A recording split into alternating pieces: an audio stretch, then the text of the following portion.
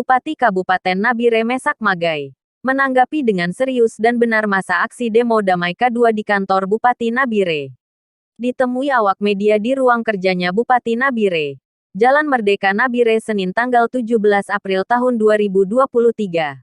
Pemirsa selamat menonton video ini sampai selesai dan terima kasih atas kunjungannya YouTube Piaye TV ini. Bukan demo yang terencana, tetapi itu spontan saja dari pengadilan. Begitu mereka mau hadiri di sidang di pengadilan, dari situ mereka datang ke sini. Tetapi saya lihat bahwa itu terjadi miskomunikasi antara pengadilan dan mereka demo tadi adalah bagian daripada penggugat terhadap pengumuman hasil verifikasi kategori 2, honor kategori 2 yang dilakukan oleh BKD Provinsi, DKP Provinsi, dan BKN Provinsi. Sehingga sekarang upaya hukum yang mereka lakukan itu sudah mereka daftarkan di pengadilan. Sekarang di PT UN pun mereka sudah lakukan, sudah daftarkan. Maka kita selaku tergugat pasti kita akan dipanggil oleh PT UN dan pengadilan. Maka kuasa hukum kami adalah kejaksaan. Kejaksaan ini kan pengacara negara, sehingga kami pemerintah daerah pakai kuasa kejaksaan. Kalau untuk sidang-sidang biasa, pasti pengacara kami tanpa kehadiran bupati pasti mereka akan jalan. Tetapi kalau untuk menyangkut mediasi, karena ini menyangkut kesepakatan kompromi tertentu yang kita akan lakukan antara penggugat dan tergugat, maka saya sendiri akan hadir di sana.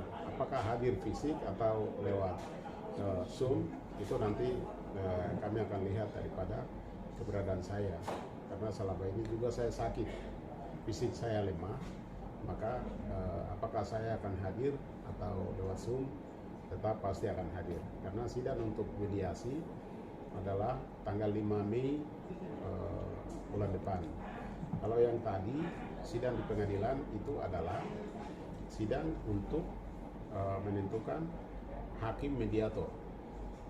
Jadi maka kami tidak perlu hadir. Ketika kalau mereka tidak lihat bahwa kami pemerintah daerah tidak hadir, maka mereka menuju ke sini. Tapi itu baik supaya kami berikan penjelasan bahwa itu bukan sidang, tetapi itu sidang untuk mediasi, tetapi itu sidang untuk menentukan mediator oleh pengadilan. Nah, itu yang pertama. Yang kedua adalah dari awal setelah verifikasi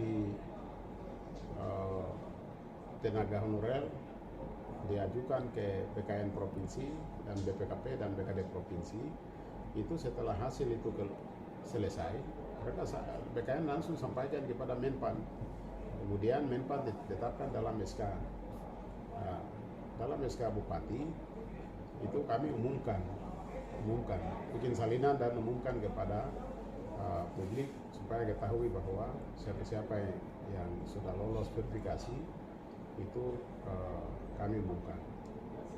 Tapi setelah ada sorotan atau ada demonstrasi daripada kelompok K2 ini, kami juga menyurat kepada Menpan untuk tinjau kembali SK Menpan itu. Tetapi ada surat dari Menpan, balasan daripada surat kami, pemerintah Kabupaten Nabire, bahwa tidak akan melakukan tinjau kembali, dan itu verifikasi yang dilakukan oleh BPKP dan PKN Provinsi dan BKD Provinsi adalah final. Maka sekarang satu tahapan yang kita akan lakukan adalah 800 orang itu harus ikut tes lagi, sehingga siapa lolos pasti mereka yang akan proses lebih lanjut. Tetapi kalau memang dari awal saya lihat bahwa pengangkatan tenaga honorer ini dari awal itu salah. Salahnya itu adalah di Papua, Provinsi Papua ini melalui wakil gubernur Pak Clemens Tinal waktu itu, sekitar di Papua ini ada 20.000 tenaga kontrak, sehingga ada kabupaten 28 kabupaten dan satu kota madya di provinsi Papua ini para bupati ini mereka bikin pernyataan bahwa kami ini mampu biaya dengan APBD kabupaten. Karena ini dari awal pemerintah pusat katakan bahwa kami tidak akan biaya untuk gaji mereka, sehingga kabupaten-kabupaten yang mampu biaya dengan APBD silakan saja angkat. Maka di Papua ini itu sekian kabupaten mereka tolak, tidak mau. Tetapi kita di kabupaten ini 800 orang. Dari awal itu saya tidak setuju untuk pengangkatan 800 orang karena APBD kami tidak mampu kami bayar gaji. Nah, hari ini pegawai Kabupaten Nabire itu sekitar 4.000 lebih. Tambah dengan sekarang guru SMA dengan SMK dari provinsi sudah alihkan lagi kabupaten, maka 5.000 lebih pegawai. Tambah 800 ini lagi angkat, berarti sudah 6.000. Tambah dengan P3K 1.000 lebih lagi, berarti ini sampai 7.000 pegawai Kabupaten Nabire yang akan terjadi. Justru saya minta kepada pemerintah Provinsi Papua Tengah bahwa sekitar 2.000 lebih pegawai itu dari kabupaten kita mau alihkan ke Provinsi Papua Tengah supaya mengurangi beban biaya untuk pegawai Kabupaten Nabire.